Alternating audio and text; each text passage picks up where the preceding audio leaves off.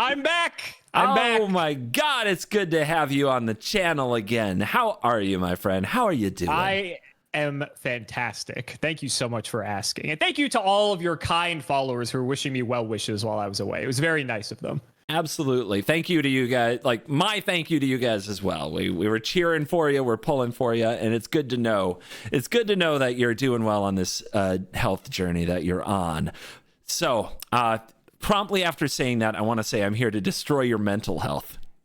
I was about to say the same thing. I'm like, great. Can't wait to look at more Magic cards with CGB. I'm sure that's going to be good for my recovery. Great. Yep. We take care of our physical health with all the money that we can possibly grab here in the US with our marvelous healthcare system. And then we blow up our mental health with card games. Of course. Precisely. And this one, you know what? I actually decided to go easy on you. This should be perfectly easy. Consider it. Yeah, 100% easy for you. Because the theme of this video is cards that are free. No, cards that are free. I like this. Yeah. Okay, I'm in. Yeah, no mana cost. You play them for free. That's right. So I'm going to show you a variety of cards that are free, and you're going to tell me whether or not they were played. There are some different formats because I had to look across a number of different formats for these. So hold me accountable. I should tell you what format we're talking about when deciding whether these are good or bad, banned or not banned. And also, because Magic really just likes to do things in cycles, like one for each of the 5 colors, we have several cycles of free cards. And when we have a cycle, I want you to go over and say which ones saw competitive play or which ones see significant play in the format, maybe rank them. You can give us a little ranksy tier list of the cards. So that's what I've got for you today. Right in your wheelhouse. Free stuff. You love free. Free is a YuGiOh player's favorite. So we're going to kick it off with a very simple one because free cards in Magic, there's a variety of designs. Here's a very straightforward one. It's funny that you're showing me the free cards, and the video we did for my channel, I actually showed you things that have costs. So it's very funny how we flip-flopped for once. Okay. Elvish Spirit Guide. This looks like if there was AI generated art in the 1990s. 2 and a green. It is a summon spirit. If Elvish Spirit Guide is in your hand, you may remove it from the game to add green to your mana pool. Play this ability as I'm assuming that just means it's like an instant speed effect. Yeah. Okay. Old wording on cards. Very fun. So we're not actually playing this. We're basically just, and I'm assuming remove it from the game is exile before they made exile a keyword. Yes. Right? That's right. Okay. Yep. YuGiOh was the same way. We had remove from play until we had banish. Okay. So I have this in my hand. I exile this card. I get to add a green to my mana pool. I could use this as an instant if I wanted to. Would I want to do that? Maybe. I guess if there's a card that costs green that's also an instant that I would want to do something to my opponent, sure. But in simple scenario, this is just a way that you're basically exchanging a card for an extra mana, which seems really good. I mean, you said to ask you about formats. Yeah. And that may or may not even matter, depending. So I guess give me some format context here. Yeah, so this is a pretty old card. So we're talking about very classic standard. Alliances is really in the 90s. So we're talking about ancient 90s standard with our whether or not this got played. And if you want to, you can try to talk about like more legacy or longtime formats if it comes to mind that you think that matters. But we're going to focus the answer to the question on whether this got played in old school standard, really old standard. Yeah, because as you bring that up, the first thing that came to mind is obviously YuGiOh is an eternal format. So in my mind, as an eternal format and understanding to some rudimentary level how your game works, I feel like in an eternal format, I feel like this card would be really good just because I feel like you're probably playing just all this really busted stuff that's borderline free or easy to cheat out. And this would be like a mechanism by which to do so. But if we're talking about when the game first came out, like within the first few years, is that good? By like standard format. Because I remember you've shown me some of the old cards that you would play, and you're paying 4, 5, 6 mana for some things, and they don't seem that impressive. But obviously that's old Magic, and that still might be crazy enough that it's worth it to use a card to ramp ahead.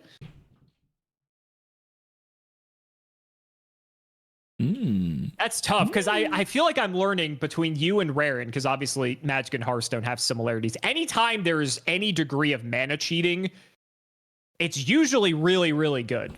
But again, this is old Magic we're talking about. Like, it's pretty slow. Is that worth a card? Like, it's weird because in Yu-Gi-Oh doesn't have mana, but something like this would be played in Yu-Gi-Oh if there was an equivalent. And I'm trying to think of what the equivalent of this would be. It would basically have to be some card that's what is the closest to it's got to be some like crazy hand trap or something. Yeah. I also don't know what the equivalent would be. In Hearthstone, it's like pretty easy, right? It's the coin. Right. Like you have a coin. Exactly. Yeah. I'm trying to think of a card in Yu-Gi-Oh that would say, so I think I actually showed it to you. There's, but it's not giving you a resource. It'd have to give you a card. Because I remember showing you in our Tier Element video, there was the Herald of Orange Light that you pitch it and another thing to like destroy and negate something.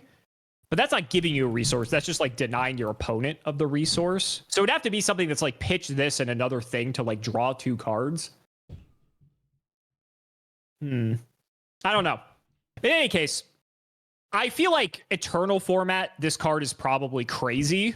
That's the vibe I get. In old Standard, playing this to get some like larger thing potentially at the cost of a card. I feel like the cost of a card in older Magic is a lot higher. Or do you not care because all the cards are so bad that you'd happily trade a card to get an extra mana to get out to your bigger thing quicker? Depends on the cards in the old format. That's why it's tricky, right? That's true. That's true. Yeah. And like I said, like what you showed me hasn't impressed me. Maybe it's still good enough, though. Maybe it's still good enough. You know what? I'm going to go with my gut that the mana cheating is just something that has strictly been good throughout the game's history. So I will say it was played. Elvish Spirit Guide, printed in Alliances, was one of, as you'll see, and I show you more Alliances cards right after this, one of the first like ventures into free stuff. And many of the cards that have free stuff got significant like adoption and play. And oddly, this one did not. This saw no play in old Standard, really, at the competitive level. But if you search it today, your gut was really right about this. If you search it today, this is an incredibly popular card in CEDH, Competitive Commander, Dual Commander, which is 1v1 Commander, Legacy, Vintage. Like, you will see this card all over the place. And the big difference is, like, your analysis was really good. It's the cost of the card, right? Yeah. So back in the day, we just didn't have the win cons, man. We just, like, you could use this. That's how I felt. Yeah. If you use this to ramp out a 5/5 and the opponent plays a spell that just kills the 5/5, you're down cards, right? And another card that came out in Alliances that was considered like, wow, I can't believe they printed that. This tells you how creatures were back then. Is called Balduvian Horde. It was a 4-mana 5/5, and when it entered, you discarded a card at random. Your face. That's the quality old Magic card that I would come to expect. But in my mind, if every card is equally that bad, if you're ramping into your bad win con first, in my mind, like, okay, maybe that is worth it. So I mean, I see where you're coming from, but the way that the game kind of broke down back then was it's too slow. You had to find that medium between a card that didn't absolutely suck and have a downside that got you blown out and offered enough pressure so that that other disruption won you the game. So like strategies that made the opponent discard cards were really good, because if they don't have any removal left, then now anything can win the game. Strategies that blew up their lands were good, because if they don't have the lands to cast stuff, they can't answer any threat. So Elvish Spirit Guide here just didn't see play or adoption early on, and in hindsight it's like, wow, we had access to that card all the way back in Alliances, and now today basically everybody uses this in decks that are just trying to win the game when they combo off, so that there is no looking back. And it's part of the fast mana package for all those CEDH decks in particular. So you got this one wrong from a standard perspective, your first shot in the dark, but you had a good logic. Legacy Eternal format perspective, right? So I get a half point in my mind. I'll take it. Yeah, it was very good logic, I would say. Yeah. So next Let me ask you this. If people revisited old Magic formats, do you think this card would get played? Because historically in Yu-Gi-Oh, from some of the retro formats people have gone back to like really kind of sink their teeth into, cards that were never played in those old formats are actually some of the best cards now, because people just didn't have the same philosophy around deck building or just the fundamentals of the game. So I'd be curious if people went back to, you said it's Alliances, is that the set? If people went back to Alliance format, if this card would actually see play. I'd just weird thought experiment, but I was curious. I believe if we went back to Alliances and maybe extended it out to like Mirage, because that's a block that came shortly after, I think two cards that didn't see as much play back then that would see a lot more play if we redid it again were Brainstorm and Elvish Spirit Guide. They're both longtime legacy staples now, and in the day in Standard they were kind of eye-rolled. And I think... So Mirage brought around a combo deck, really like the first like do a million things in a turn, combo off, win the game that Standard had seen, Prosperous Bloom. And I think Spirit Guide would get a look in Prosperous Bloom. I might be crazy, but I would think I'd play Spirit Guide in Prosperous Bloom. And Brainstorm too. Maybe not Prosperous Bloom, but I think there are other combo decks. There are decks that Brainstorm could have fit in. I'm sure of it. So yeah. I'll be curious to see what the comments think. Yeah, let me know in the comments. In fact, somebody's going to be down there like, I played Spirit Guide in Prosperous Bloom. I won 14 local events. I can't believe the rest of the world didn't figure it out. I was so smart. And then the world champions was so dumb. Yeah, stuff like that. So funny. So like, you know what? I hear you. I believe it. I actually believe it in this case. So interesting. Then this next one is a group of 5 that came out in Alliances. Again, our first experiments with what were called pitch spells at the time. You call them hand traps, we call them pitch spells.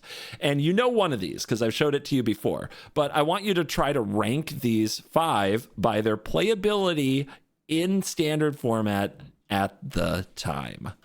Okay. Oh, you're just giving me all of them. Holy crap. Okay. Let's start here. Scars of the Veteran.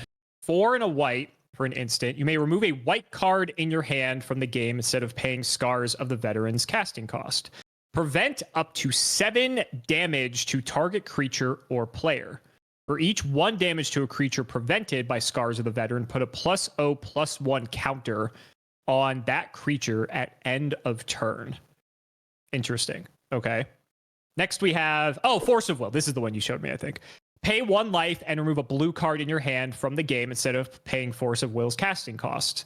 Effects that prevent or redirect damage cannot be used to counter this loss of life. Counter target spell. Yeah, this is literally essentially a hand trap in Yu-Gi-Oh! By nowadays. But you guys printed this way back in the day, evidently. Yeah, we were all over it. You were way ahead of your time. 1996. Yu-Gi-Oh! hadn't even been invented yet. That's crazy. Contagion, 3 and 2 black, but the cost on these doesn't seem to matter. You may pay 1 life and remove a black card in your hand from the game instead of paying its cost. Effects that prevent a reader. Okay, blah, blah, blah. Put 2 -2/-1 counters distributed any way you choose on any number of target creatures. So either split them across 2 or you put -4/-2 on 1. Interesting. It's weird that it's -2/-1, but I'll go back to that. Pyrokinesis. This art's cool. You remove a red card. Blah, blah, blah. Deals 4 damage divided any way you choose among any number of target creatures. I feel like that's just better than the other one. And then Bounty of the Hunt. 3 and 2 green. Remove a green card from your hand instead of paying the mana cost. I like how some of them you have to pay a life and some you don't. There's just, I don't know, that inconsistency kind of bothers me. But I get it. The ones that are like blue and black are the ones that you pay. Sure. Put 3 +1/+1 counters distributed any way you choose on any number of target creatures. Remove those counters at end of turn. Oh, they don't even stay? That'd probably be broken if they stayed, to be honest. But they stay with the white one, but they're +0/+1, so maybe that's different. Okay. So 4 of these 5 basically do the same thing, but in a different way. Wow. And then Force of Will is like the actual unique one here and is the actual good one in my mind. Why didn't they put counters on something? Jeez. Yeah, well, it's funny because Force of Will still has counter in the text, but in a different sense. But this is old Magic, and I think... And I'm going to say specifically, because it was a very easy line to draw, we're going to talk about 1997 Standard. I believe in the past I had you rate... we talked about Force of Will based on when it first came out. So this is 1 year after it came out, because I have access to the World Championship deck list, so I can tell you which of these made top 8 at the World Championships in 1997. Is that what we're going based off of? Yeah, that's what we're going to go here. Okay. All right. So Force of Will, I guess I'll start with Force of Will because it's the easiest one. I feel like this is an example of a card that maybe in the early days, people sort of didn't understand like how good this card was. And then later people came to their senses and realized that this card's nuts, but I could be wrong. But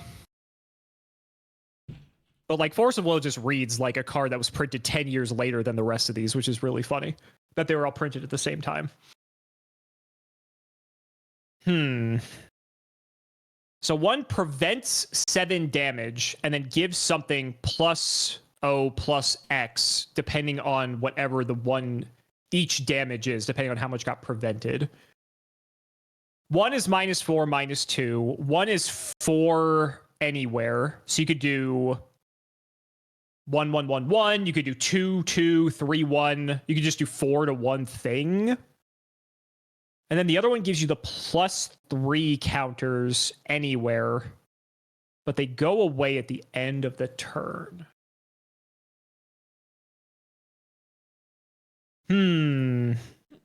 Yeah. So 1 by 1, do any like stand out as better than the other for a reason? I feel like Pyrokinesis is better than Contagion, just on the surface, because Contagion could potentially be good for lowering an attack stat on something to maybe protect one of your things, but I feel like at that point you'd rather just kill it. I feel like Pyrokinesis just has a lot more versatility overall. But a lot of it could be contextual on what else is good within the colors. Because if red doesn't have good cards, but black does, then Contagion is going to see more play than Pyrokinesis, right? So that's kind of the way I'm looking at that. But that was like my initial impression. The Bounty of the Hunt is essentially, I guess you could look at it like a removal in combat. It's like a combat trick because you declare your attack or whatever, they try to block you, and then you Bounty the Hunt them. Then your thing survives and you kill their thing. So you traded Bounty of the Hunt for one of their cards. So I think that's pretty okay too. I can't wait for you to tell me that Scars of the Veteran is like the best of the 5, because this to me seems like the least interesting. The only thing that's interesting about it is that it keeps the counters. So if you're preventing, let's say your opponent goes to Pyrokinesis your thing for 4, and then you Scars of the Veteran that, it not only prevents it, but then it gets +4 toughness permanently, which makes it like even harder to kill. But if they have hard removal, it doesn't matter. Now, Scars of the Veteran still seems like the weakest to me. So I think if I'm going to rank these, I think I'm going to put, Force of Will is the toughest one. Because like I want to put Force of Will at the top, because obviously it's the best of these 5 if we're looking at actual objective cards and not thinking about this in 1997. But there's a world where Force of Will is just like not good, but it's so hard for me to think that that world doesn't exist. Like clearly the Magic community realized this card was good back in the day, right? Surely. Okay, here's what I'm gonna do. I'm gonna put Scars of the Veteran at the bottom. I'm gonna put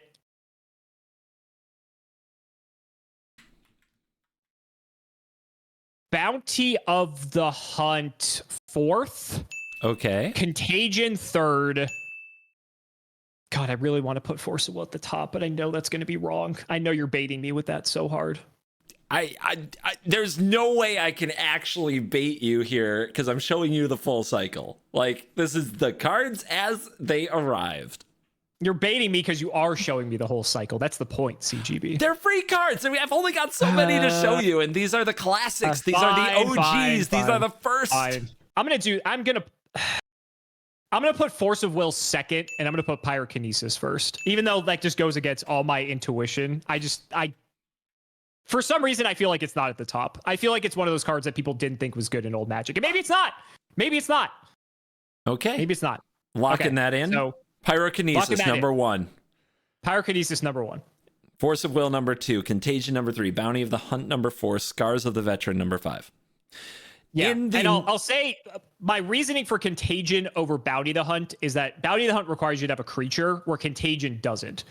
So I feel like it's less dependent on you already being established. So it's like less conditional removal in my eyes. That's kind of how I see it. So just for context. Okay, cool.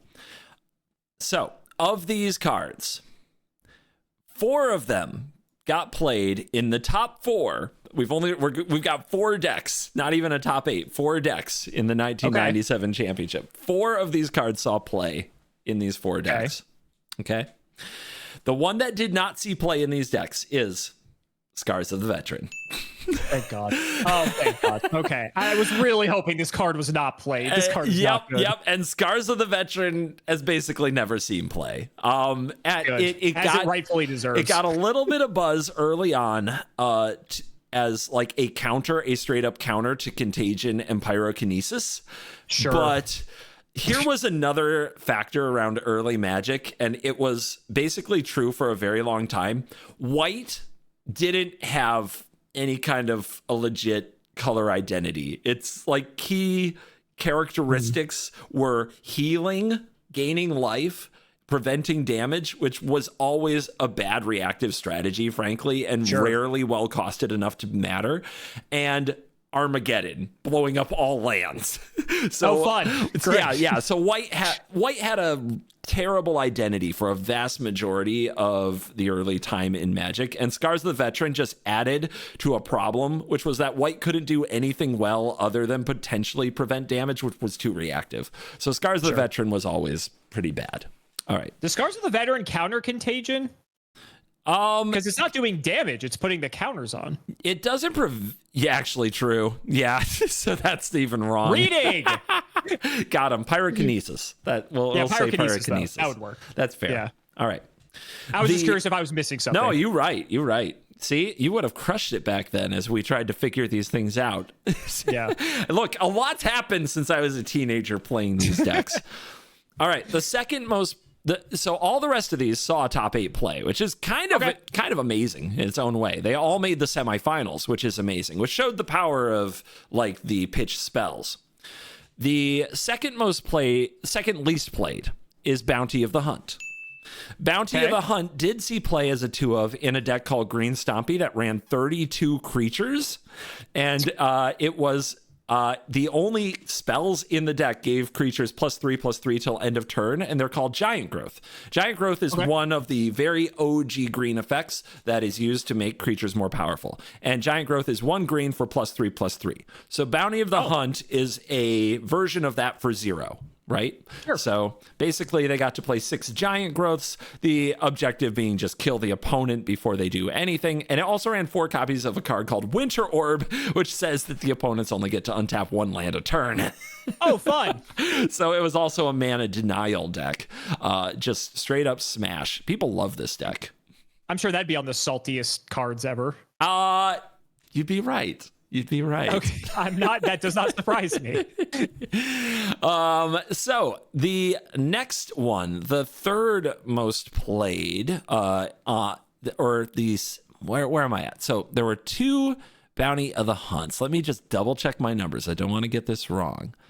The next most played in the top 8. The comments will let you hear it. Yeah. They are dissecting these deck lists now. I have to absolutely crush this. Okay, so this is actually one. Oh, this is a tie. So Bounty of the Hunt also had a copy in the sideboard of the same deck. So there were actually 3 total in the overall deck list. And the same split is true for Pyrokinesis. Pyrokinesis had 1 in the sideboard and 2 in the main deck of a red-blue aggro control deck that played 18 of these tiny little creatures and tried to out-tempo the opponent by stopping their big spells and using cards like Pyrokinesis to eliminate anything small that snuck through and killing them before they got too far into the game. It was a really wild deck by Paul McCabe, and that's where Pyrokinesis showed up. Pyrokinesis saw some sideboard play in the red decks, the red aggressive decks of the time. They usually had several of these for mainly the mirror, going up against each other, where getting out in front was really strong and putting a lot of small creatures on the board was very good. So Pyrokinesis saw a good amount of play. Okay. The next most played card at 4 copies is Contagion. Force of Will's number 1. Wow. Okay. How about Magic players figured it out. That's good. Yeah. Good. Contagion, oddly, Contagion was the most played of these pitch spells for a majority of its time in Standard. And that was because black decks had the easiest access to card advantage. They could draw whole new hands with a card called Necropotence that was legal at the time and allowed you to pay life for cards. Card was busted and I believe wasn't part of the format by the time the 1997 championship came around. Necropotence had to be dealt with through a variety of restrictions and eventual bannings.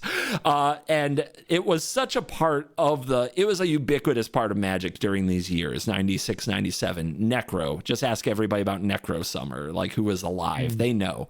And Contagion was the most played at the first Pro Tour in New York in 1996, and all throughout that year, because Necro could draw you a new hand, so you always had cards to pitch to Contagion. Contagion was excellent in the Necro mirrors, and was the most played pitch spell out of the gate in early Standard from Alliances. And many thought it always would be, because Force of Will has an amazing history in Standard. Okay. You said that this was a card where people looked at it and like, maybe it's not that good. And then they found out later it was good. You're not wrong, but here was the funny journey of Force of Will. Everybody looked at Force of Will and said, busted. It was one of the most hyped cards to be released. Everybody was crazy about this card when it came out. And then they tried playing it in the typical blue decks that at the time were mill decks that took forever to win. And it was bad. Because those decks couldn't go down cards. Those decks had to have the right answers all the time. The Necro decks could reload. The burn decks could just, everything was a threat. And if you went down a card to Force of Will in a control deck, the card advantage options of the time weren't great. So Force of Will came out like really hyped, really highly priced, and then was kind of, in many people's opinion, for a few months a dud as it didn't put up results right away. By the time the 97 championships came, it really helped that Necro was on the downswing because that free card advantage was busted and stupid and shouldn't have been legal. But people figured out what Force of Will is for. The decks that played Force of Will, 8 total copies here in the finals. One of them is that red-blue aggro control deck. You can't go down a card and then plan to play a 20-turn game. You go down a card because you're going to win in the next few turns. And the red-blue aggro control deck had 4 copies of Force of Will with 2 copies of Pyrokinesis. And the plan was to close the game, counter the thing that was going to stop you from doing your thing and actually defeat them, actually attack them to death. And then the other deck that ran 4 copies of Force of Will is actually labeled as a control deck, but it shows you the evolution of control.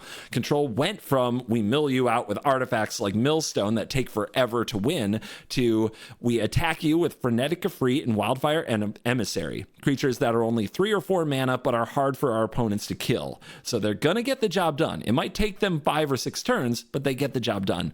And we burn you out with a card called Hammer Bogarden, which was 3 damage to your face, and then you can buy it back for 5 mana the next turn. Not fast, but it did have better closing speed than Millstone. So at this point, people figured it out. You can Force of Will, but then you have to kill them. And at this point, Force of Will was now the most played card and has gone on to be the most played card from this group by far. Sure. Makes sense. I love talking about Force of Will. That's a very interesting trajectory, though. Yeah, it's a really funny trajectory. Oh, yeah. I was that guy. I was that guy trying to play Force of Will on day one and being like, oh, this is bad. I'm so smart. I understand card advantage. Force of Will, bad. And then it starts winning games later, and you're getting beat to death by 2 power creatures, and you're like, what happened? And now I have to learn tempo. So it's funny, though. It was a really good teaching card, I think, for everybody. It's funny, though, because the contagion thing is sort of what I was alluding to as I was evaluating, in that on paper, pyrokinesis is the better card, but contagion's in the better color. Mm-hmm. So that would make sense that that's why it saw more play. So it's interesting, but I'm glad at least that Scars of the Veteran is the worst of the bunch. Good. Yes, you got that part 100% right. Also, why did it, like, I tried to go 5, 4, 3, 2, 1, and you see it reversed it to 5, 6, 7, 8, 9. How does this happen? All right. Sticking in the same era, some free spells did develop a bit after this in Magic history, and they tried some different things. Let me know if you think this card saw competitive play. Fire Blast, very generic sounding name. 4 and 2 red. I imagine that's not going to matter. For an instant, you may sacrifice 2 mountains instead of paying Fire Blast's casting cost, and it deals 4 damage to target creature or player. 2 whole mountains. Well, on paper, that sounds terrible, but if you're trying to play a very aggressive deck, like we just discussed, and you're trying to win the game as fast as possible, let's say there's a world where, you know, you're dealing 2 to 3 damage every turn. You play a mountain, you bring out a guy, or you like hit your opponent for a little damage. You play a mountain, you play a guy, hit him for some damage, you know, so on and so forth. If you got a couple of Fire Blasts and your opponent's under 8, like they're dead, and it doesn't matter if you have lands anymore, you know? Write it down. Doesn't matter if they're dead. So, like, I could see the burn decks playing this just because because it's free, in quotes, right? As long as you can just rush them down quick enough, and then you just like launch a couple Fire Blasts their way, like they're dead. And if this is like one of the better burn spells for the time, even though it does have like a hefty restriction, I could see it. It could, again, a lot of people could look at it and be like, oh, I'm never sacrificing 2 mountains, so it saw no play because of that. But it's just like a sick finisher. I mean, if they Force of Will this, you're going to cry because you have to sack 2 mountains for it, and then you're probably going to lose. Again, my brain sort of goes to that Force of Will theory where I feel like back in the day, people seeing that they have to sacrifice 2 mountains, they would just never want to play something like this. But then nowadays, if they look back, they could see, oh yeah, that's fine, because if we win the game, it doesn't matter. But also, I guess it just depends on how many good quality burn cards there are. Because if you're already playing all the best burn cards, then you don't need this. And maybe this is like the lesser, on the lower end of the good burn spells, right? Then it's like, okay, yeah, maybe we'll just throw this in. I'll happily be wrong, and if it gives you a thumbnail pick, so be it. I think this saw play. You think they played Fire Blast? I think they did. Just to check in really quick, in case there's confusion, Force of Will rotated at this point. Oh, okay. So I still think it's all this play. was in a new thing. Okay. Fire Blast. It doesn't matter if they're dead. Yeah, this card, the red decks of their time, I lived through it. It wasn't weird that they would just attack you with the worst freaking creatures you've ever seen in your life. Just the most eye-rolling little bastards. But then they're like, sack 2 mountains, fire blast you, you're dead. Exactly. And it's like, ah! How did this happen? This card is misery incarnate for somebody who hates that kind of shit like me. And yes, this card was a 4 of in several decks in the top 8 of the 1998 World Championships. I believe there are 12 copies here, including the second place deck running all 4 possible Fire Blasts, all the mountains in the mana base. Just gross, evil, red garbage. And And somehow, man, never banned. I can't believe it. It was never banned, but my God, did he play. And the reason we're going to go off top tier competitive play is, I'll tell you straight up, the cards, for the most part, like, they just back then didn't ban things in standard, like, ever. So it'd be a really lame video on that premise. But we're going to move near the end. I've got some other cards from other formats, and we'll preface that. But on these standard ones, yeah, it is about top tier play or no. And Fire Blast saw that play. It was kind of ridiculous. Now, so was it actually considered like a really good card? It wasn't like, oh, this is the 5th or 6th best card you could be playing? By the 3rd time at your local F&M you got fire blasted to death, people reluctantly were like, shit, it's good. Wow. Okay. Yeah. Right. Interesting. Interesting. It became the pitch spell, the free spell, that Pyrokinesis never quite got there. Pyrokinesis was more of a control spell because it was all about the board. And then, it only hit creatures. When this thing goes face, it changed everything. The red decks got so much better. They dominated in 1998. There was one other deck that competed with them. That deck was full of banned cards, but the red deck and pitch Fire Blast was like the only solution. Pretty amazing. I love that. I hate it. I hate it so much. I hate this card, but yeah, that's me. That is just the way I feel. Let me show you Force of Will, super popular, rode off into the sunset, has become a player so much. At this point, we're in 2001, and people are trying to relive the glory days, all right? We're in 2001, and Wizards is like, they liked Force of Will. Let's print this card. How do you think this card did in Standard? Foil. Cool art. I'm not even going to read the cost because everything's free. You may discard an island and another card from your hand instead of paying the mana cost. Counter target spell. Discard an... it's... Okay, I was about to say, this is Force of Will, but no, because Force of Will is any blue card, right? That's the difference? That's right. Okay.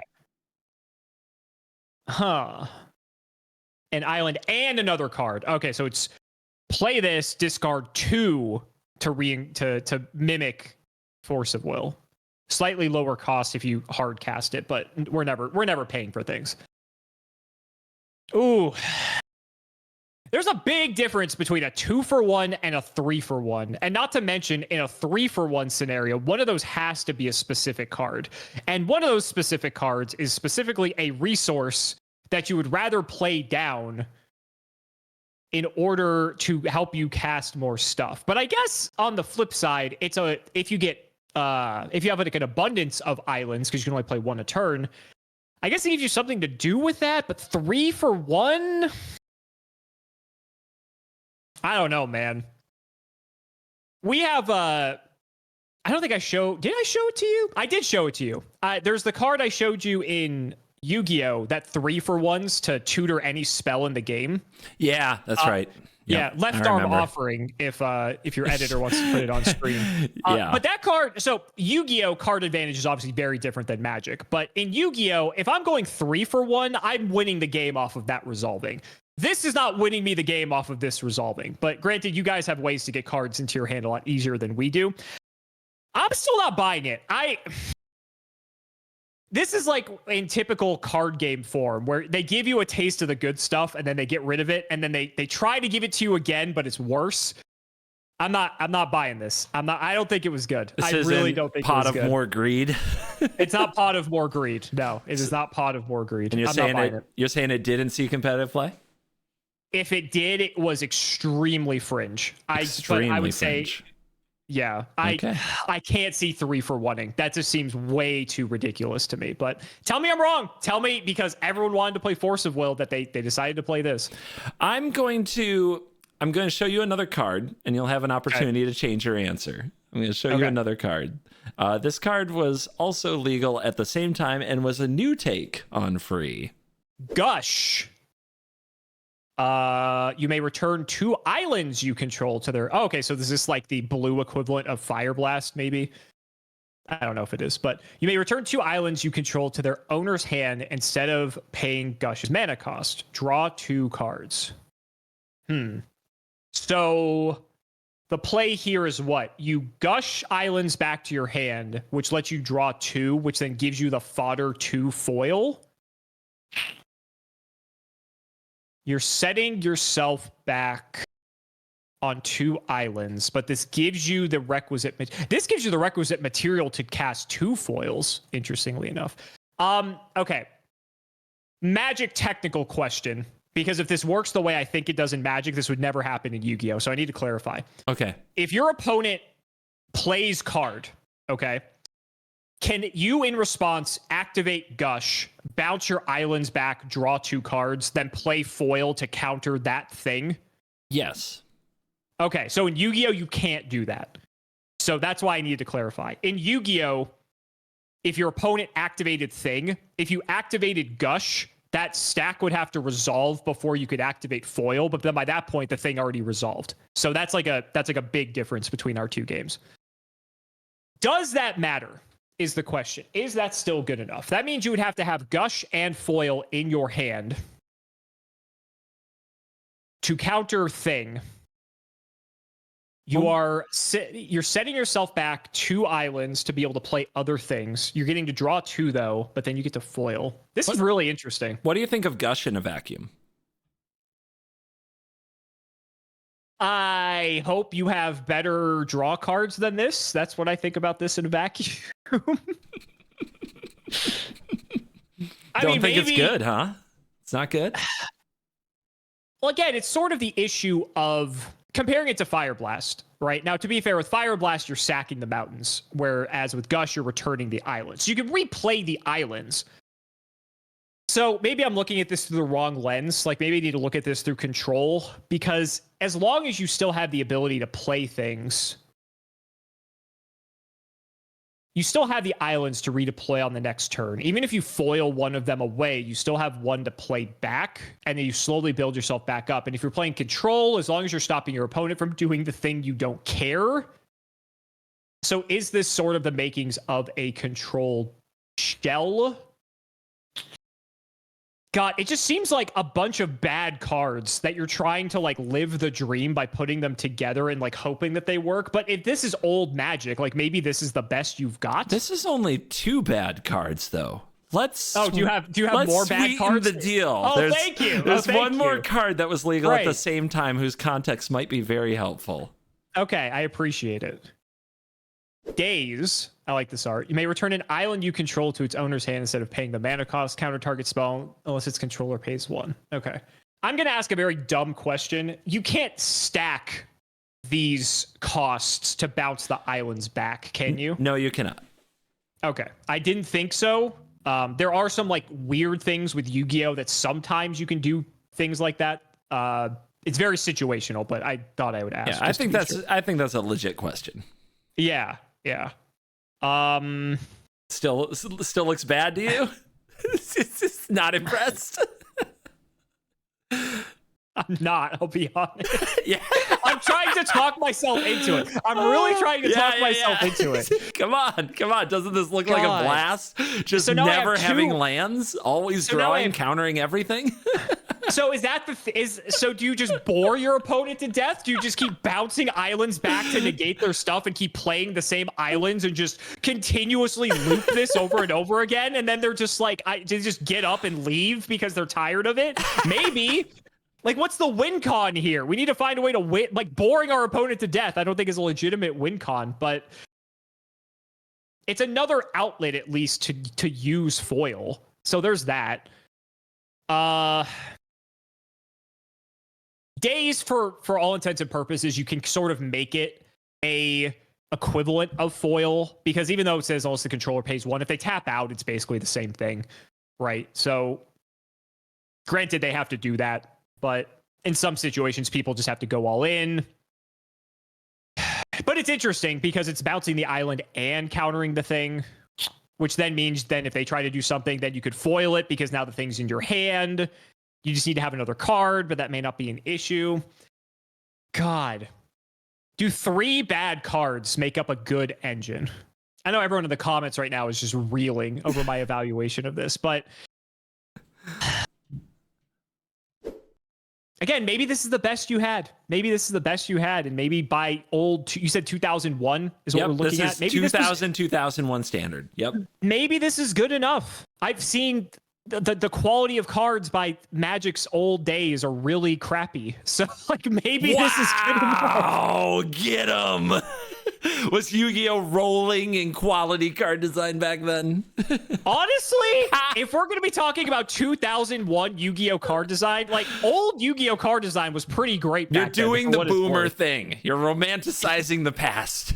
I am. I am too, maybe. I can't wait for you to tell me this was like the best deck. I really can't. And because it's blue is all the more reason I think is like why you're goading me into this, because blue.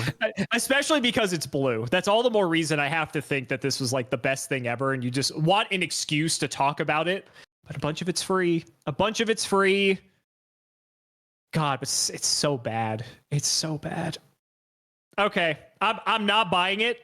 I be honest, I'm really trying. I'm open to you enlightening me. But on the surface, I'm not buying it. I'm really not. Please tell me this was like the best deck for the time. I really want to understand. I really want to understand this. It's hard to call it the best deck. Okay. But man, did people like it. Okay. And it did see significant play, and it didn't go without victories. Let's start. We're talking about Mexican Nationals 2001 was won by a blue pile running these cards. Canadian Nationals won by a blue pile. Top 8 at Pro Tour in Chicago 2000 by a mono blue pile.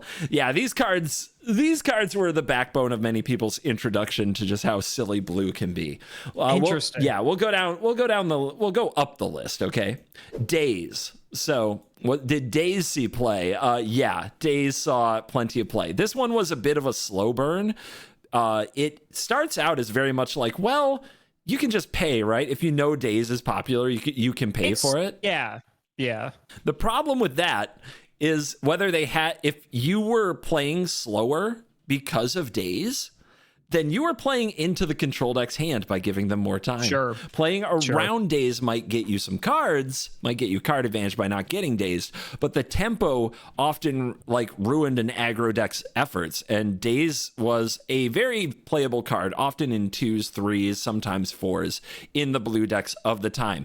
As time has gone on for Days, it is banned actually in Pauper, which is a format, a format just for commons. Okay. Free spell, counter spell was a common of the time. So, but Days sees play in plenty of other formats, sometimes to this day, like still a legacy, like classic one of Days, because it's the also mana just requirements a are so low. Yep. Yeah, yep. Exactly. It's very like cheap. That makes it way more playable than the other two, I feel like. Okay, interesting. Gush. I'm going to gush about Gush. Card I'm surprised you didn't even say Pot of Greed. You're like, this isn't Pot of Greed. You guys have draw 2 cards on like every card in the game. That's not uncommon for you. But for free without spending mana. So my gosh. Yeah, I guess I overlooked that. Yeah, when you build your deck in a way to function at a pretty low, like 3 or 4 mana place, and then you go further into the game because you're drawing more cards, like bouncing your 5th and 6th land to Gush isn't a big cost. Not only that, if you have 4 lands on the battlefield and you never need much more than 4 lands, you can bounce a land already on the battlefild. Maybe you tapped it to do something with it already and just play the land again. So if you do that on your turn. Okay. So I did overlook that. Yeah. I also looked over the extraneous mana too, because like you said, if you're playing very low to the ground and then you just have extra lands anyway, you don't care about bouncing them. I was always thinking about it being in conflict with your other plays, but yeah, no, that makes sense. Okay, that's cute. Yeah. Also, in the spirit of the times, there were cards legal and played there's one called Boil. It's a 4 mana red instant that destroys all islands. Responding with a Gush saves some of your lands. And there was also targeted land removal that wasn't uncommon, like Stone Rain, where you just save your island from being blown up. Gush had a lot of utility, and there were a lot of effects. Like if you had a full hand and wanted to discard cards to get various effects, there's a card called Waterfront Bouncer at the time that let you discard a card to get an effect of returning an opponent's thing to their hand. Like Gush just made sure you always had material in hand. You could go from 0 hand to a 4-card hand, and you could be discarding extra lands you don't need for other effects. So Gush was very played, a new take on free that was very exciting. And it actually also got restricted and banned in various other formats throughout Magic's history. So restricted in Vintage, banned in Legacy, unbanned here and there, banned in Pauper. Like Gush is a card that has gone on to be like have a lot of utility in a lot of old formats and has been on and off the banned list of a few formats many times. So Gush is a player, baby. Oh my God. That's the more you explain it though, the more it makes sense, because obviously my knowledge of this game is still very limited. But like as you're talking, especially because they were so heavy-handed with land destruction back in the day too, that makes a lot of sense. That's really interesting. That's really interesting. And it all led to Foil, which everybody looked at and said is a terrible, horrible reprint of Force of Will. But in the context, when they figured it out, Foil actually was highly played at those World Championships. It was a top 8 card. It was in a ton of decks. It won multiple national championships. It was a legitimate 4 of standard player. And the first time I read it, I didn't think that would ever happen because my God, does it look like a horrible card. It's got to be one of the more horrible cards to see a ton of play, but it worked so well with Gush and Daze. It was a sign of the times, we'll say. I will happily be wrong on this one. So I appreciate the education on it, because it's actually it's neat. It's neat seeing this like little engine of what are seemingly not the best cards, sort of all coming together. But I'm glad people figured it out. It's cool. And what was the win con? Annoying people to death, basically. Oh, good. I'm glad that was the win con. Yeah. Millstone actually made a little comeback during this period of just milling people out. That was a deck at US Nationals. At the Japanese Nationals, there was this crazy card called Nether Spirit, which is like, if it's the only creature card in your graveyard, you just put it back on the battlefield. So they just ran this it's just a 2/2 for 3. But they just ran Nether Spirit as the only card in their only creature in their deck. That's funny. And in the meantime, they just dazed you and foiled you over and over and beat you to death with this stupid 2/2. A sign of the times. A sign of the times. Definitely. All right, where to go from here? We're moving at a nice slow clip, as we often do. So I have to pick which cards to show you. Yes. We just love yapping. I do. I love talking about cards. Here you go. Land grant. This is very funny. If you have no land cards in hand, you may reveal your hand instead of paying land grant's mana cost. That's something. Okay. Search your library for a forest, put it into your hand, then shuffle your library. Okay. Gameplay question. Did mulliganing exist at this point? Ooh, what a question. I have to ask, because Yu-Gi-Oh doesn't have a mulligan. What mulligan? It existed? I'm trying to remember what it was, because they've had many different ones. Oh, have they? I didn't realize. Yes, there's actually been several mulligans in competitive history. And I think at this point, we are the Paris mulligan, which means put your hand back and draw one less card. So you can put your 7 back to draw 6. Yeah, and you can go to 5 and you can go to 4. Yeah. Oh, you can keep going. Okay. Interesting. This is such a weird card. You're literally, so you just show your opponent your hand. You're like, hey, I got nothing. And then you get to get a forest, and then it sort of gets you going. I thought of this. I thought of this card after we started this video, because I was like, oh, I wonder what he'll think of revealing your hand. Well, as you know, that's the cardinal sin in Yu-Gi-Oh. Okay, here's a really dumb question. Why not just play a forest instead of land? That's a good question. That is the question. Why? Because like at that point, it's the same card. It's literally, you're swapping this for another forest, unless there's like a deck building reason to not just play forest instead of this, or there's some other weird synergy that this being a sorcery. I guess you could... No, because even if you're paying to play this, why not just play another forest at this point? For a forest. Although, didn't aren't the dual lands also considered like forest, mountain, everything? Yes, but in this case, those are not in the format. Oh, those don't exist? Oh, okay. Okay, if those were an option, that would definitely drive. Yeah.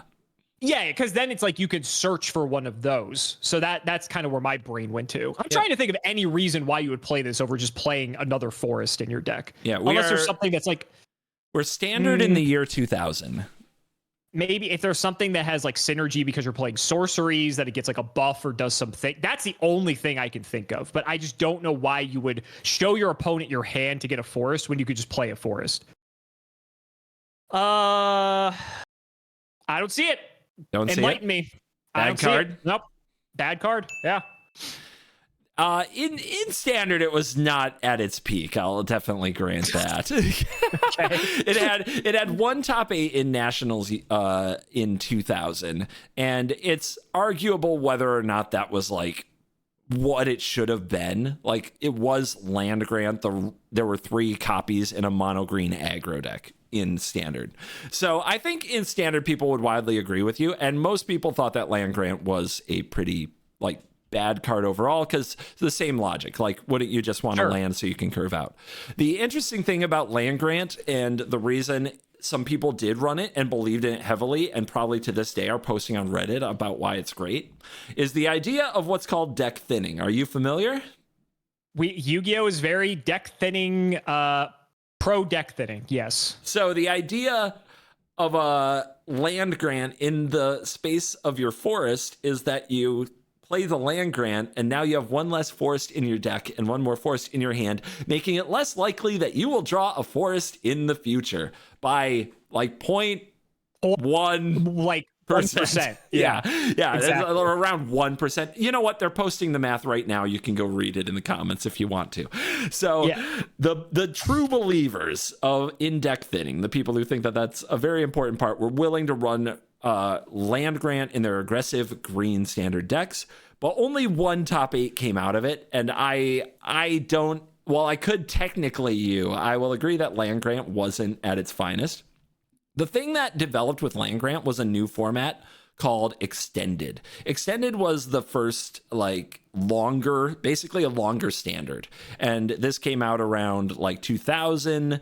And it gave people a chance to play with their old standard cards in a bigger format that still restricted the power cards. Dual lands were legal in extended. And there you go. People liked it a lot to go get their tropical islands in extended. And it was part of probably the most famous and beloved extended deck of its time called Miracle Grow, which featured a card that got +1/+1 counters for spells that you cast. So the idea of running less lands, 15 lands, and land grant became much more appealing in Miracle Grow. And it was a very common turn 1 play to reveal your hand. Well, what you would do is turn 1, you would play your land, then you would reveal your hand with no other lands in your land grant, and you'd be off to the races. You'd be filling your graveyard, you'd be casting spells, you'd have less lands in your deck, and things got juicy. But it was a fun card. Land grant is still a card that like you could play, but basically sees almost no play in any kind of a current context. I love how you still have to reveal your hand to do this.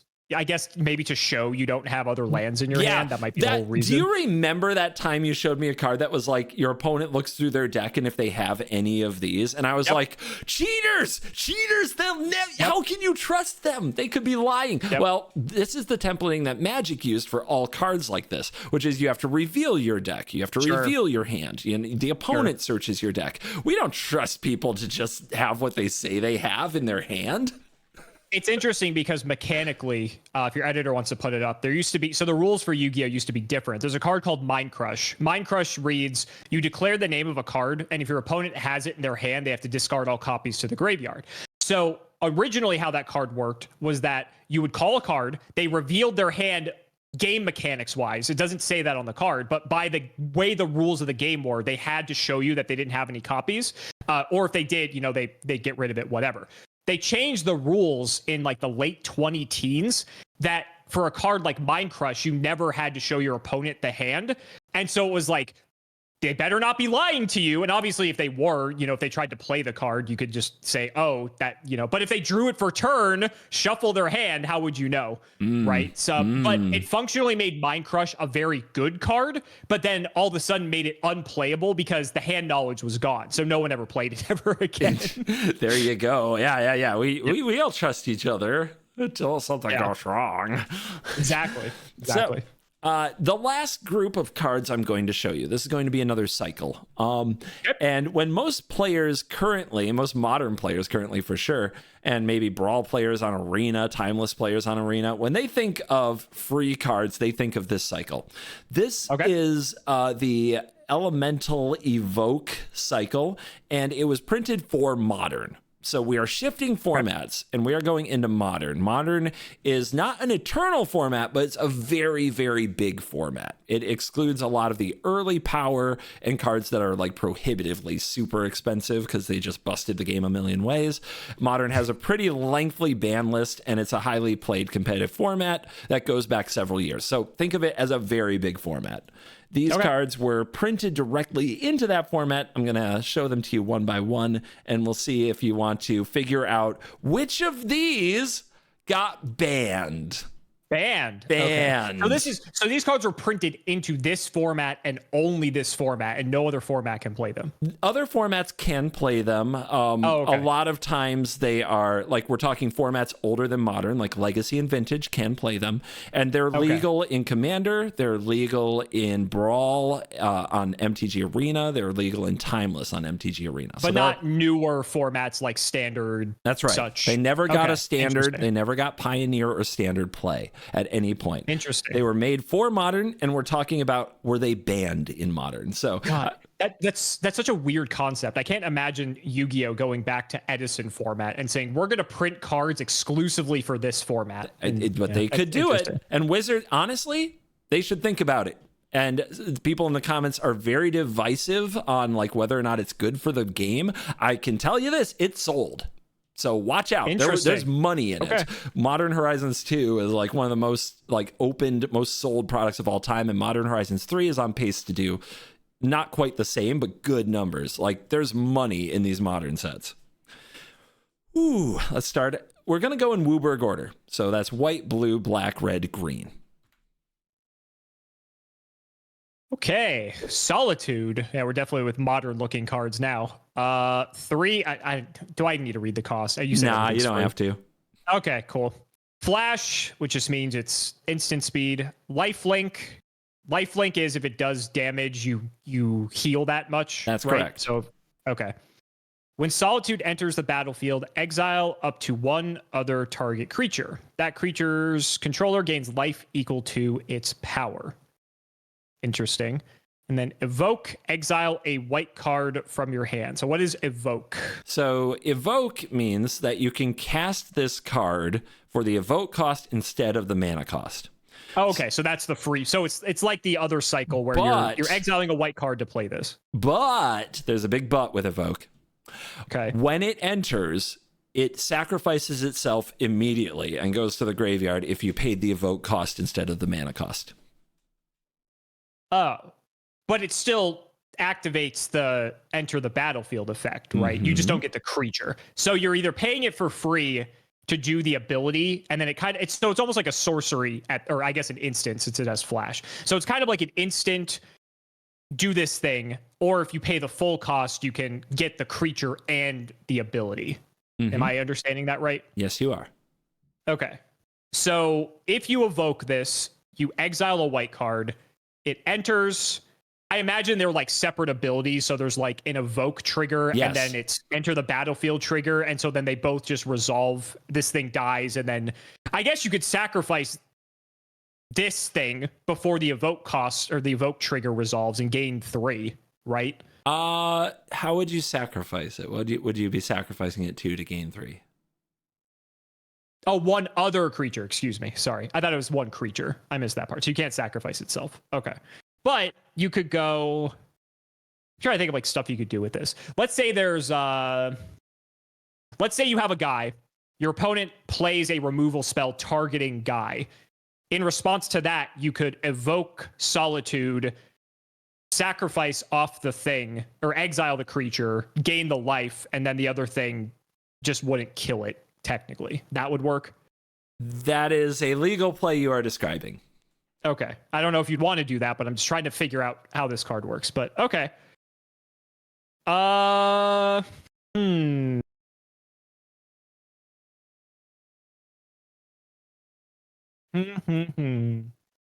I'm not like particularly impressed with this one. Okay. You It's wanna, just a, like, we can reserve judgment and show you some more. Yeah, reserve. I mean, I need to see like the other quality of cards we're working with here. Here's the blue one. Subtlety. Again, flash. I guess the Yalls have flash. These probably. will have a lot in common, and you can definitely jump to the text box if you want to. Sure. Flying instead of lifelink, so they probably each have like one ability like that. When it enters the battlefield, choose up to one target creature spell or planeswalker spell. Its owner puts it on the top or bottom of their library. That's a cool little removal effect. I think we have a card that does something similar to that. To be clear, a creature is only a spell, and a planeswalker is only a spell when they're on the stack. So these have to be mid cast for this to work. Because once they're on the battlefield, it's just a creature. Once they're on the battlefield, it's just a planeswalker. So they're sort of in like purgatory. Like, I'm going to pay the mana to play planeswalker. It's in purgatory before you let it resolve. You put subtlety on the stack to get rid of it. That's right. Okay. Interesting. And then exile a blue card. Okay, so I'm starting to see the similarities. All right, what else do we got? We have the black one. Okay. Grief. This one doesn't have flash, but it has menace. Menace is the you need 2 or more to block, right? That is correct. Okay. Enters the battlefield. Target opponent reveals their You choose a non-land card from it, and that player discards that card. Now, see, Yu-Gi-Oh! Brain, alarm bells go off, but you guys have a million cards, from my understanding, that do this. So this isn't that weird for you. And then evoke, exile a black card from your hand. Okay. Cool. Next, Fury. So it doesn't have flash. It has double strike. When Fury enters the battlefield, deals 4 damage divided as you choose among any number of target creatures and or planeswalkers. That's funny. It's kind of like the that first card from this. Yeah, Pyrokinesis. Yeah, and then exile a red card. All right, what's green? Endurance. This is cool art. That's sick. This one does have flash. It has reach. Reaches can block flyers, right? Yep, that's right. Okay. When Endurance enters the battlefield, up to one target player puts all cards from the graveyard on the bottom of their library in a random order. Ooh, that's cool. That'd be like a good Yu-Gi-Oh card if we had something like that. I'm sure they'd love it. Their whole graveyard to the bottom. Yeah, I mean, we have cards that like interact with the graveyard, but nothing like that as far as I know. Yeah, just nuke the whole thing at instant speed. No, there is one card, I think. Rainbow Neos, I think, has one of its effects, I think, is to like shuffle your opponent's entire graveyard into the deck or something like that. I might be wrong, though. But that card did see play. That card did see play at one point, which is very funny. Anyway. Okay, so first impressions. You said one of these was banned. 2 of them. 2 of them? Mm-hmm. Ooh, interesting. 2 of these were banned. 2 of these were banned. Okay. They're all basically free. So they're all free, but then they also, all these abilities trigger if they're resurrected in some way as well. You could hard play these things for their actual mana cost, but that seems like we're never doing that. We're Yu-Gi-Oh players. We're trying to cheat these things out. So what I'm trying to think of, if you said 2 of these are banned, I'm trying to figure out which of these, if you're using these against the opponent multiple times, are the most oppressive. Because in my mind, as a Yu-Gi-Oh player, I would go evoke this for whatever it does, do the thing. Then I'm going to try to find some way to bring it back out and cheat it back into play, because then the effect activates again. So then I can keep replicating this effect. And so at first glance, grief seems to be the biggest offender if that's the route we're going to take, because you can go exile a thing, evoke grief, it goes away. And then if you have a way to bring grief back, then you get to do it again, and now your opponent's down 2 cards instead of it just being 1. Because this none of these like exile themselves, right? It just goes to grave when it gets evoked. Yeah. You said it sacrifices itself. Okay. Yep. It sacrifices. Yep. Because like by Yu-Gi-Oh standards, there have been combos historically where there's like a discard enabler where it rips a card, and then there's a way to get that thing back to rip an additional card and to replicate that multiple times, which is like very, very unhealthy. And I know your guys' game's a little bit different than ours, but even by Magic standards, I feel like that is very unfun. Especially if you do that like turn 1. I wouldn't be surprised if there's a way with Grief that you go like turn 1, do this because it's free. And maybe you use your 1 mana, or if you have ways to get extra mana and somehow bring Grief back to so your opponent starts 2 cards down and you already have like a guy on the board. That just seems like a really big swing. You're probably describing an experience a modern player has had before. Oh, good. Because the problem is with some of these that they are kind of situational. Like subtlety requires the opponent to do something, right? And so I feel like that's hard to replicate this effect. Like, yeah, you might be able to do it once, but at that point, it's just a counter spell, right? And I'm sure there's like plenty of other counter spells that aren't like this specific type of counter spell too. So like, sure. I will say the thing that's probably most problematic about the evoke elementals is that they are creatures, because while like it's hard to get back a spell and cast a spell over and over, there are a lot of safeguards around that because of the nature of spells and how hard they are to interact with. There's a lot of ways to recycle creatures. It's a big format, so there's a lot of good ways to recycle creatures. So of these, like Grief is the one that's giving me the most alarm bells. I feel like maybe Fury could also be really annoying for the same reason, just because it's like so much damage at once, because you evoke it for 4, you bring it back, it does another 4, and then it has double strike potentially, so then it could do like 6. And then Endurance, being able to replicate the graveyard manipulation could potentially be problematic. I don't know about Solitude. I think Solitude is kind of like with Subtlety, where it seems fine. Unless there's like more combo potential with Solitude that I'm not aware of, but it's just exiling. Oh wait, it's other target creature. It's not yours. That's I just correct. Realized. I for some reason when I read that at first, I thought it was only your stuff. So okay, wait, hold on. Now that could be a problem.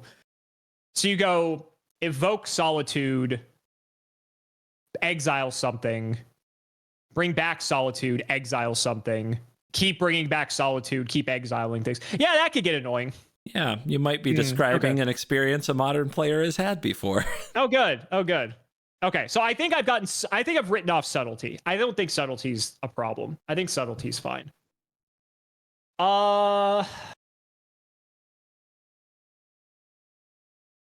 You think Endurance? Solitude looks insane now that it's any creature. I can't believe I missed that the first time. And do you think Endurance is a good Yu-Gi-Oh card, maybe not a good Magic card? It doesn't seem like, it seems like you guys have a lot of graveyard hate stuff, and Yu-Gi-Oh does too, but I don't think Yu-Gi-Oh has a lot of instant speed graveyard interaction. Like the cards that come to mind, that there's DD Crow, but DD Crow's only a singular card. There isn't really a quick effect like hose your opponent's entire graveyard for free. That doesn't exist. Just like with Solitude, I'll also make sure you know it can go the other way. Oh, you can put your stuff back too. But like, would you want to do that to your own stuff? Why would you want to do that? Like in Yu-Gi-Oh, you would never do that. Unless there's a thing that like lets you draw cards from it or something. Interesting. See, now you're just like throwing out like little tidbits. You're throwing out the bait. Yeah, you're throwing out the bait. Did you know when you draw your last card, you die in Magic the Gathering? I mean, Yu-Gi-Oh's like that too. Yu-Gi-Oh's like that too. Just never happens, right? Not really. Not common. Not really. No. I'd say in older Yu-Gi-Oh! It was more common to die by mill than modern Yu-Gi-Oh! I don't know, man. Solitude's looking really crazy now that I realize it's any creature. Because it's like with Fury, who cares about damage when you can just exile the thing? Good question. over and over again. Yeah. I mean, there could be a reason. If you're trying to burn them, if there's like a burn deck that plays Fury, then maybe. It doesn't go face, though. Oh, because it's creature play. Oh, that's way worse. Yeah, at that point, well, Solitude can't go after planeswalkers because it's only creatures. So I guess there's like some value in that potentially. Okay, I definitely think Grief is one of them. You said there's two. I definitely think like Grief to me seems like the biggest alarm bells to me out of these five. And I think Subtlety is not one of them. So I can rule that one out. And if I'm wrong, so be it. But I think that one's the most narrow. Endurance is good, but I feel like Endurance is also narrow because if you're not playing against graveyard specific decks, I don't think that's that big of a deal, which is another reason why like Graveyard Hate is sort of like hit or miss. So I guess I'm between Fury and Solitude, and I feel like Solitude more often than not is better than Fury because if you're only dealing with creatures, then Solitude is by far and away better. So I think instinctively I have to go Solitude. So yeah, so Grief and Solitude is where I'm at with Grief this. and Solitude are the banned ones. Yay! We did it! No, I'm just clarifying. I'm just clarifying. That's your final answer? Oh, sorry. I thought you were telling me I got it right. I'm so easy, sad now. buddy. Easy. You're like, it's going to be Subtlety and Endurance. But you're locked in. You're locked in. I'm locked in. Grief and Solitude. Okay. All of these saw significant play. Really? Yep. All of like none of these I would label as bad cards. If you were to ask Magic players to rank them, I think some would put Endurance as the worst or Subtlety. Okay. So that makes sense. So far, so good for you. Subtlety, like we said, a bit narrow and only useful at certain times. And Modern is also a format where Force of Will is still legal. So, you know. Oh, wait. No, that's not true. Force of Will is legal in Legacy. But there are other options to counter spells. Let's put it that way. Let's just put it that way. Endurance seems like a side deck card. Me. Endurance is interesting because you can use it to hate on the opponent's graveyards. It does, and this is more in competitive Commander than anywhere else, but it's been done also in Modern. Endurance can target your own graveyard when you enter loops, like draw your deck loops. So that you can use Endurance to continue those loops over and over. So a game-ending effect can be like anything that does one negative thing to the opponent one time. If you have a card that like just like makes the opponent draw a card, then you can Endurance loop over and over and over, target them over and over and over until their deck is empty and they draw their last card and they lose. Gotcha. That's an example of an Endurance loop. Very, they're common in like CEDH, like competitive EDH players know Endurance loops. So it's not something like that just doesn't really exist in something like this doesn't really exist in Yu-Gi-Oh. So I think that I may have missed the context there, but that's interesting. That's cool that you can do that. So then we come to Solitude, Grief, and Fury. These cards, really funny how you kind of laid out what you can do with this. There are cards in the format that for 1 mana let you blink a card. So if you cast this for its evoke cost and with the trigger to sacrifice it on the stack, responded with a 1 mana card that exiled it from the battlefield but returned it to the battlefield, you would not only get the effect again, you would keep the creature.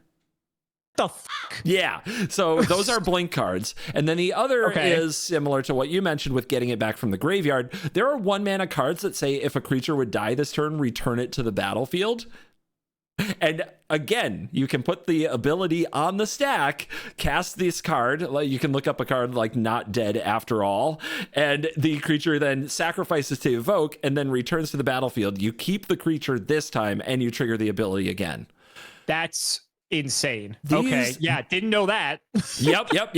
But I mean, you kind of laid it out. It's right there. The fact that you can do it for 1 mana is what's absolutely degenerate.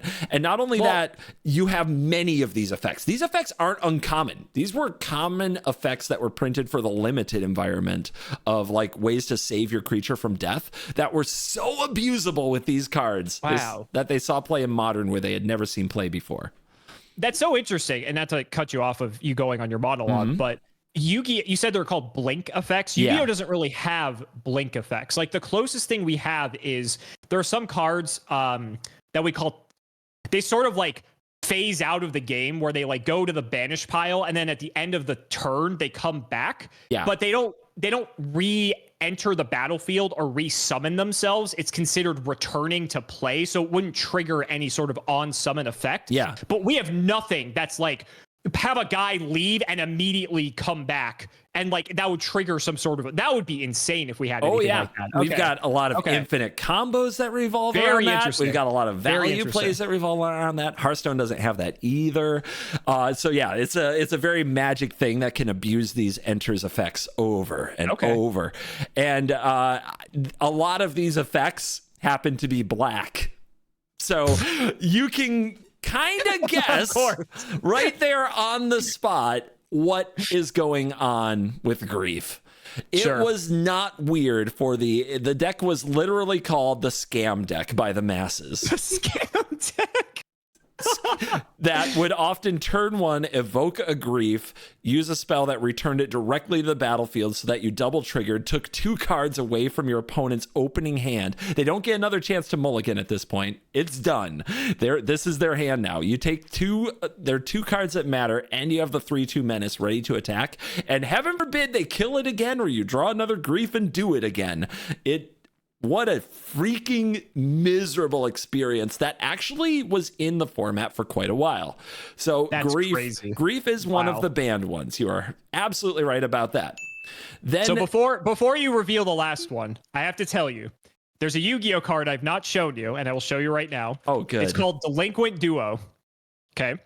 This card is one of the first Yu-Gi-Oh cards ever printed. And I will show you this card. So apparently Yu-Gi-Oh learned its lesson with this way before you did. Give this a read real quick. I would, but it's too small. Just a second. Pay 1,000 life points. Your opponent randomly selects and discards 1 card from his or her hand, and then selects and discards another card? We've had Grief since 2003, buddy. It's just 0 mana, discard 2 at random? Well, it's one is random. The opponent selects the second they one. Made Stupor. Stupor was a Magic card, but it was 3 mana to do this. 3 mana. So, oh my god. This card has been banned for 20 years and will never come off the list. But yes, this card was I'm like, this is Delinquent Duo. You're literally explaining Delinquent Duo. It's great. Yeah, except no random, and it's your choice. Yeah, I was about to say that makes it infinitely better in that regard. But anyway, I thought the fans would appreciate that. So go on. Yes, Delinquent Duo is a good name for the 2 elementals that would get banned, because many versions of the Scam Deck came and went, but actually the first elemental to get banned off this list was not Grief.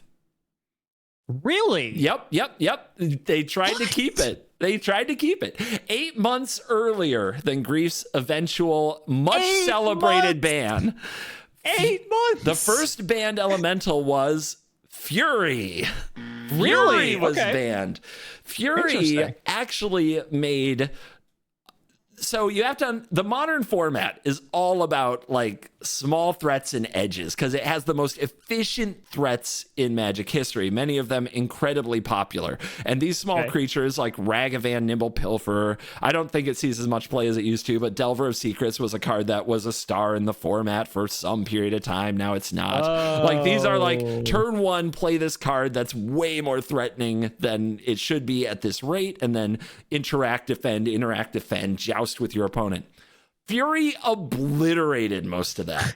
You just got brutally punished for playing any creatures, especially multiple creatures. Like if you play 2 creatures that each have 2 power and the opponent plays Fury, it's such a blowout. And then if they combine Fury with one of those effects I just mentioned to return Fury to the battlefield, it's got double strike. And one of those effects, Not Dead After All, gives the creature +1/+1. So it would be a 4/4 double strike for free. Okay. I will say I didn't consider Fury being able to go wide. I think I was just looking at both of them in the same vacuum of, if you're going after one thing, Solitude is just way more efficient. But the fact that Fury goes wide, that makes a lot of sense, especially if it's interesting that you're talking about how everything is very pushed for its cost in Modern, which sounds fun, by the way. it just reminds me like a lot of Yu-Gi-Oh in that regard, where it's just everything is just very efficient. And so like Fury being able to just contest that immediately and just apply so much pressure. Is that ban worthy? I mean, I haven't played, so probably. Well, it was hyper repressive. And Fury, the other thing about Fury is they were hitting the scam deck. Trust me, people hated the scam deck. They wanted it gone. Sure. But they were also hitting the Beanstalk deck. Up the Beanstalk is a 2-mana enchantment that's green and was a new printing at the time that said, whenever you play a card that costs 5 or more mana, you draw a card. Oh. So I'm assuming that accounts when you evoke it as well. Yeah, the Beanstalk deck had Fury and Solitude in it because both those cost 5. So it just recouped the value immediately on playing these interactive elemental spells and abusing them. So they were taking a shot at 2 decks at once and trying to hurt both while keep both playable. What's funny is that the very next Modern event after Fury was banned, the scam deck won the next tournament with black-white Solitude instead of Fury. I love that. That's great. And a whole, like that was December. August of the following year, they dropped the hammer and they banned Grief. And I bet people were reveling in the streets when that happened. Dude, it's people have hated this card so long. This card is still like, I remember when they released these elementals in Timeless, and I did a Timeless event that was sponsored, so I had to play Timeless, and I was like, I guess we're doing Grief then. And that's what every game was like, Grief you, reanimate, Grief you. Remember Reanimate? Reanimate's legal in Timeless. So for 1 black, you can just put this back on the battlefield the turn you play it. Right. Gross. Dude, gross. It's not fun. It's not fun. It's like the worst of gameplay. So yes, Grief 100% banned, but Fury actually banned several months before it. And those are the 2 that got the axe. So Solitude's still really good. It's just Fury, which is just because of the context of the format, Fury's just better. Yep, because I think that's a lot with the mana constraints of Magic too. You're not going to play like a 7/7 for 1 mana easily in Magic, so every small threat you're going to play can get eaten up by Fury, and it was just oppressing the format in that sense. Gotcha. Anybody who's playing a giant monster in like Modern is also playing ways to protect it. So Solitude taking a 1-for-1 thing as opposed to Fury killing 2 or sometimes even 3 things and then leaving a double striker was a much bigger problem. Yeah, so it's because it's like, oh, my first few turns, I'm going to try to develop these things, and they just all lose to Fury, so who cares, right? Is that how I imagine that's how it felt? Yeah, exactly. So you seem to like Modern. Maybe we should do a Modern show. You seem really into these cards. What do you think of our free spells? Does this convince you that it's time to, play some more Magic the Gathering so you can have occasional free gushes and foils? I mean, it's. You're doing a better job of convincing me. I will say that because, obviously our wheelhouse is that everything is free, but you have free things and your free things seem sometimes equally as degenerate as our free things. So that's good. Well, I'm glad you're healthy, man. Thanks for coming back and doing this video. Everybody in comments, just let's celebrate that we have our friend with us today. Thanks for being here, dude. This is a lot of fun. This was a lot of fun. I missed this. I'm glad we get back to terrorizing one another by showing each other some really ridiculous cardboard. As good friends do.